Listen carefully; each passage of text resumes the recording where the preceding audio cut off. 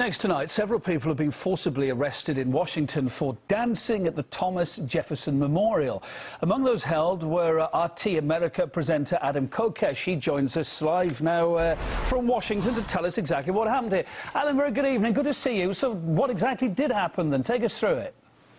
Well, you can see from the video footage that what we were doing was entirely peaceful. We were expressing ourselves through dance and actually there to express our objection to a court ruling from Monday that said that dancing was prohibited because it was not in spirit with the memorial and the way that Thomas Jefferson himself wanted to be remembered.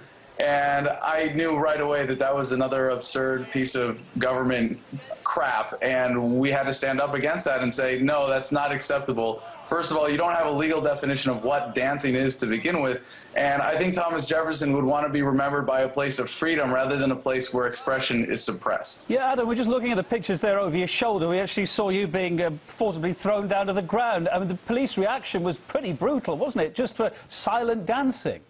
Well, in the United States, you have to understand something about police force, the police force here. It's really just the bad apples that give the other 5% a bad name. And the police force in America does not exist for public safety. It does not exist to provide for the needs of the people. It does not exist to solve crimes or hunt down criminals.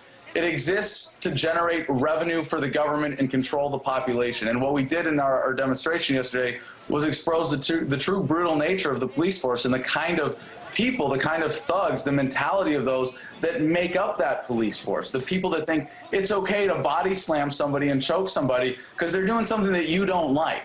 And their excuse yesterday was that what we were doing was causing a disturbance at the memorial and essentially making it impossible for other people to enjoy the memorial. And if you compare that to the disturbance caused by their arrest, which led to them shutting the memorial itself down for about 30 minutes, they were clearly the greater disturbance. Yeah, Adam, I mean, as well as highlighting that, going back to what you're talking about just now, it's the whole principle of it. The dancers say the police violated their right to free expression. It does contradict, doesn't it, the US Constitution that guarantees the freedom of speech and meetings.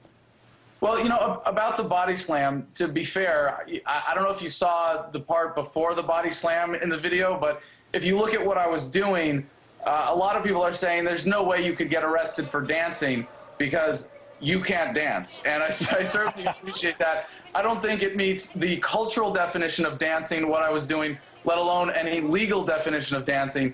But if there is some legal definition that says moving a body in a rhythmic way of some kind legally qualifies as dancing, you know, I got to give it to the officers, because if you see that video, clearly I deserved what I had coming. Yeah, you probably wouldn't get any prizes for your dancing moves. But now the protesters say they're going to be back next Saturday. Will we see more violent clashes than with police? Well, you're going as well then again, yeah? Yes, we are. No, it was I'm organizing the event on Facebook. We put it up last night as soon as we got home from this thing, as soon as I got out of jail. And I want to thank everybody who phoned into the police department here demanding our release, and I think it was responsible for how quickly we were released, given the circumstances. There were calls coming in, flooding the police department before we even got booked. So thank you to everybody, but really, if you want to support this cause, if you want to stand up to oppression in the United States, if you want to stand up to the police force that's out of control, join us next Saturday at noon at the Jefferson Memorial. All you got to do is dance. Bring your headphones, you can rock out, bring your air guitars. We're going to have a good time, because the best revenge, in fact, I think the only revenge worth having, is living well. So we're going to go out, we're going to have fun, we're going to stick it to them again and say, you know what, you can't stop us from dancing just because you think it's okay to physically abuse people who are doing something that you don't want to do. Adam, it's really worth pointing out as well, this isn't the first time that US police have arrested one of RT's employees. You might recall, I certainly do, last November, an RT crew, including correspondent Kaylin Ford and a cameraman, were detained while filming protests near a military base in the state of Georgia. This seems to keep happening, doesn't it? Well, I don't think it's particularly symptomatic to RT, except as much as it is to any media in the United States that is challenging the corporatocracy of the mainstream media and the status quo that the government shoves down our throat through the media's propaganda. So, I mean, we had a reporter there from a local NBC affiliate who got kicked out of the memorial and didn't even report it. I mean, that's how sad the American corporate media is, and that's why it's so important that there's a station like RT America here broadcasting an alternative perspective. These guys were there, they were filming, they interviewed me before the event. They got it all on camera. They had their cameraman in there recording this thing, and the cops kicked him out.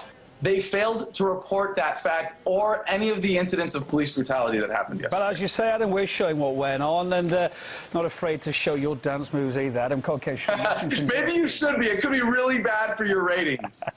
Yeah, maybe. All the best to you. Thanks for being on the programme. Okay.